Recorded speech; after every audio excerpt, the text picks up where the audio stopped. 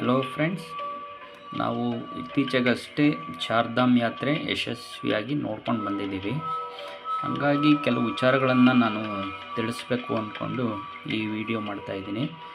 ಇದು ನಿಮಗೆ ಉಪಯೋಗ ಆಗ್ಬೋದು. ಚಾರ್ಧಾಮ್ ಯಾತ್ರೆ ಮಾಡೋರಿಗೆ ಇದ್ರ ಬಗ್ಗೆ ಗಮನ ಇಟ್ಟು ಸ್ವಲ್ಪ ತಿಳ್ಕೊಳ್ಳಿ. ನಾವೀಗ ಮೊದಲನೇದಾಗಿ ಹರಿದ್ವಾರಿಂದ ಚಾರ್ಧಾಮ್ ಕಡೆಗೆ ಹೋಗೋದಕ್ಕೆ ಮೊದಲು ಥರ್ಮಾಕೋಟ್, ಇದು ಮಸ್ಟ್ ಆ್ಯಂಡ್ ಶುಡ್ ಪ್ರತಿಯೊಬ್ಬರು ಇಟ್ಕೊಂಡ್ಲೇಬೇಕು ನೀವು, ಯಾಕೆಂದರೆ ಇದೇ ಚಳಿಗೆ ತುಂಬ ನಮಗೆ ಸೇಫ್ ಕೊಡೋದು. ಎರಡನೇದಾಗಿ ರೈನ್ ಕೋಟ್, ಈ ಪ್ಲಾಸ್ಟಿಕ್ ರೈನ್ ಕೋಟ್.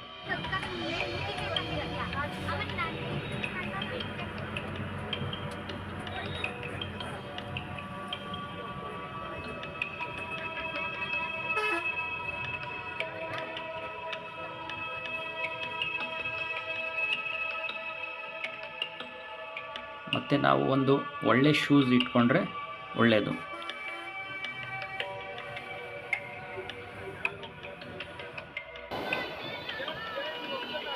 ಇಂದು ನಾವು ಮೊದಲನೇದಾಗಿ ಯಮುನೋತ್ರಿ ಕಡೆಗೆ ಹೋಗ್ತಾ ಇದ್ದೀವಿ.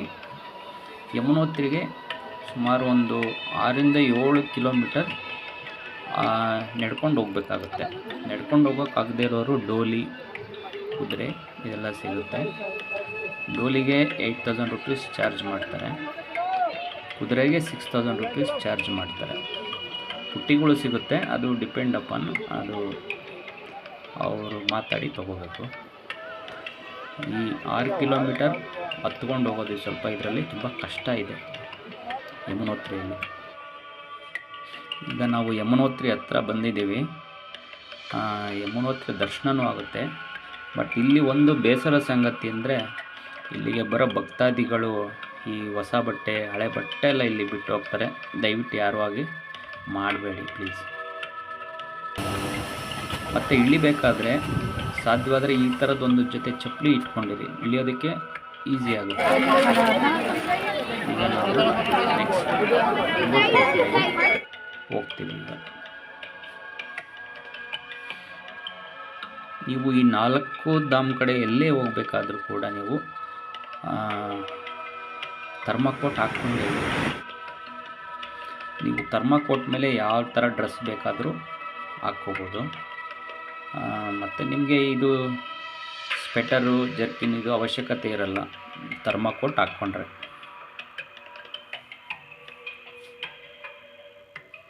ನಾವೀಗ ಗಂಗೋತ್ರಿ ದೇವಸ್ಥಾನ ಹತ್ತಿರಕ್ಕೆ ಹೋಗ್ತಾ ಇದ್ದೀವಿ. ಇಲ್ಲಿ ಯಾವುದೂ ಬೆಟ್ಟ ಹತ್ತುವಂಥದ್ದು ಅವಶ್ಯಕತೆ ಇಲ್ಲ.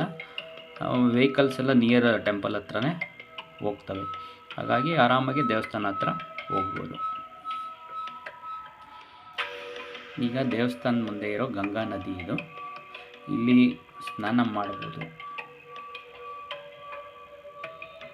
ಇಲ್ಲಿ ಸ್ನಾನ ಮಾಡೋಕ್ಕೆ ಬೇಡ ಅಂದರೆ ಇದಕ್ಕೆ ಮೊದಲೇ ಗಂಗಾ ನಾನಿ ಅಂದ್ಬಿಟ್ಟು ಒಂದು ಬಿಸಿ ನೀರಿನ ಹೊಂಡ ಬರುತ್ತೆ, ಅಲ್ಲಿ ಬಿಸಿ ನೀರಿನ ಹೊಂಡಲ್ಲಿ ಬೇಕಾದರೂ ಸ್ನಾನ ಮಾಡ್ಕೋಬೋದು.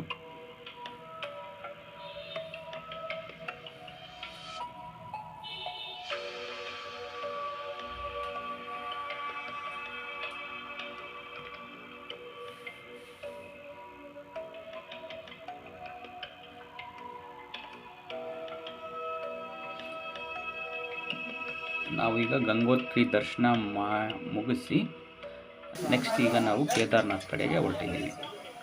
ಕೇದಾರ್ನಾಥ್ಗೆ ಸ್ವಲ್ಪ ತುಂಬ ಇಂಟ್ರೆಸ್ಟಿಂಗ್ ಆಗಿರುತ್ತೆ, ಯಾಕೆಂದರೆ ಇದು 20 ಕಿಲೋಮೀಟರ್ ಟ್ರೆಕ್ಕಿಂಗ್ ಮಾಡಬೇಕು. ಇದು ಗೌರಿಕೊಂಡದಿಂದ ಈಗ ನಾವು ಸ್ಟಾರ್ಟ್ ಮಾಡಿದ್ದೀವಿ ಟ್ರೆಕ್ಕಿಂಗು. ಈ ಸುಮಾರು 20 ಕಿಲೋಮೀಟ್ರು ವಾಕ್ ಮಾಡಬೇಕಿಲ್ಲಿ. ಇಲ್ಲೂ ಕೂಡ ಡೋಲಿ, ಕುದುರೆ, ಪುಟ್ಟಿ ಮತ್ತು ಹೆಲಿಕಾಪ್ಟರ್ ವ್ಯವಸ್ಥೆ ಕೂಡ ಇರುತ್ತೆ. ಡೋಲಿಗೆ ಅವರ ವೆಯ್ಟ್ ಮೇಲೆ ಚಾರ್ಜ್ ಮಾಡ್ತಾರೆ. ಅಪ್ ಆ್ಯಂಡ್ ಡೌನು 60 ಕಿಲೋ ಒಳಗಡೆ ಇದ್ದರೆ 15,000, 60 to 75 ಇದ್ದರೆ 18,000 ಅಪ್ ಆ್ಯಂಡ್ ಡೌನು, 75 ಎಬೋವ್ ಇದ್ದರೆ 22,000 ಅಪ್ ಆ್ಯಂಡ್ ಡೌನು. ನಾವು ಒಂದು ಸೈಡ್ ಬೇಕಾದರೂ ತೊಗೋಬೋದು. ಹೆಲಿಕಾಪ್ಟರ್ ಕೂಡ ಇಲ್ಲಿ ಸಿಗುತ್ತೆ. ಹೆಲಿಕಾಪ್ಟರು ಅವರೇಜ್ ಒಂದು 25,000 ಆಗುತ್ತೆ ಅಂತಾರೆ. But helicopter depend upon climate ಚೆನ್ನಾಗಿಲ್ಲ ಅಂದರೆ ಅವರು ಹೆಲಿಕಾಪ್ಟ್ರವರು ಸ್ಟಾಪ್ ಮಾಡಿಬಿಡ್ತಾರೆ, ಹಾಫ್ ಅಮೌಂಟ್ ರೀಫಂಡ್ ಮಾಡ್ತಾರೆ ಅಂತ ಹೇಳ್ತಾರೆ. ಡಿಪೆಂಡ್ ಅಪಾನ್ ಯಾತ್ರಿಗಳ ಮೇಲೆ. ಮತ್ತು ಇಲ್ಲಿ ಹೋಗ್ತಾ ದಾರಿಯಲ್ಲಿ ಐಸ್ ಗಡ್ಡೆಗಳಿರುತ್ತೆ, ತುಂಬ ಆಟ ಆಡಬೇಕು ಅನಿಸುತ್ತೆ. ಆಟ ಆಡಿ, ಬಟ್ ಹುಷಾರಾಗಿ ಆಟ ಆಡಿ, ಯಾಕೆಂದರೆ ಜಾರುತ್ತೆ. ಇದು ನಾವು ಹಾಕಿರೋ ಶೂಸು ಸೆಟ್ ಆಗಲ್ಲ ಈ ಐಸ್ ಗಡ್ಡೆಗಳಿಗೆ, ಹಾಗಾಗಿ ತುಂಬ ಹುಷಾರಾಗಿ ಆಟ ಆಡಬೇಕು. ನಿಮಗೆ ಹೋಗ್ತಾ ದಾರಿಯಲ್ಲಿ ಕಾಫಿ, ಟೀ, ಫುಡ್ ಎಲ್ಲ ಸಿಗುತ್ತೆ. ತುಂಬ ಕಾಸ್ಟ್ಲಿ ಇರುತ್ತೆ. ಟಯರ್ಡ್ ಆದರೆ ನಿಮಗೆ ರೆಸ್ಟ್ ಮಾಡೋದಕ್ಕೆ ಟೆಂಟ್ಗಳು ಕೂಡ ಸಿಗುತ್ತೆ. ಏನು ಭಯಪಡೋ ಅವಶ್ಯಕತೆ ಇಲ್ಲ.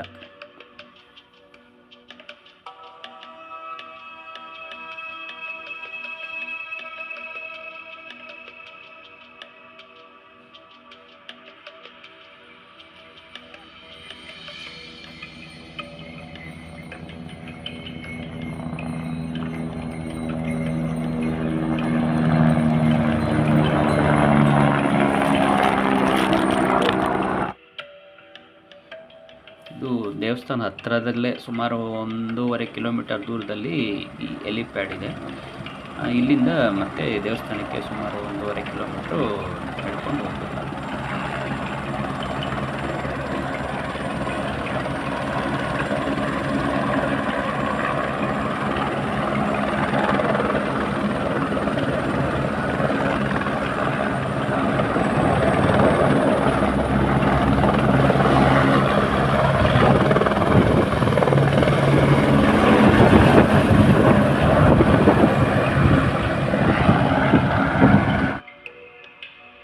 ಈಗ ನಾವು ದೇವಸ್ಥಾನದ ಆವರಣಕ್ಕೆ ಬಂದಿದ್ದೀವಿ. ಇದು ಕೇದಾರನಾಥ ದೇವಸ್ಥಾನದ ಮುಂದುಗಡೆಯ ಭಾಗ. ಇದು ಸಂಜೆ 6:30ಗೆ ಇಲ್ಲಿ ಆರತಿ ನಡೆಯುತ್ತೆ. ಸಾಧ್ಯವಾದರೆ ಆರತಿ ನೋಡೋಕ್ಕೆ ಹೋಗಿ, ತುಂಬ ಚೆನ್ನಾಗಿರುತ್ತೆ ಆ ಟೈಮಲ್ಲಿ.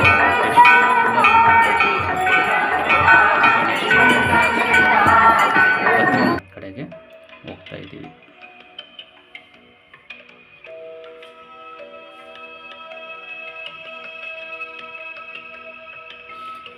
ನಾವು ಬದ್ರಿನಾಥ್ಗೆ ಹೋಗ್ತಾ ದಾರಿಯಲ್ಲಿ ಈ ರುದ್ರಪ್ರಯಾಗ್, ವಿಷ್ಣುಪ್ರಯಾಗ್, ಕರ್ಣಪ್ರಯಾಗ್, ಈ ಎಲ್ಲ ಒಂದು ಸಂಗಮಗಳನ್ನು ನೋಡಿಕೊಂಡು ಹೋಗ್ಬೋದು ಬದ್ರಿನಾಥ್ ಕಡೆಗೆ. ಬದ್ರಿನಾಥ್ ಕೂಡ ನಾವು ಏನು ಬೆಟ್ಟ ಹತ್ತೋ ಒಂದು ಅವಶ್ಯಕತೆ ಇರಲ್ಲ. ಹತ್ರ ದೇವಸ್ಥಾನ ಹತ್ರನೇ ವೆಹಿಕಲ್ಸ್ ಎಲ್ಲ ಹೋಗುತ್ತೆ, ಹಾಗಾಗಿ ನಾರ್ಮಲಾಗಿ ದೇವಸ್ಥಾನಕ್ಕೆ ಹೋಗ್ಬೋದು. ಇದು ಬದ್ರಿನಾಥ ದೇವಸ್ಥಾನ.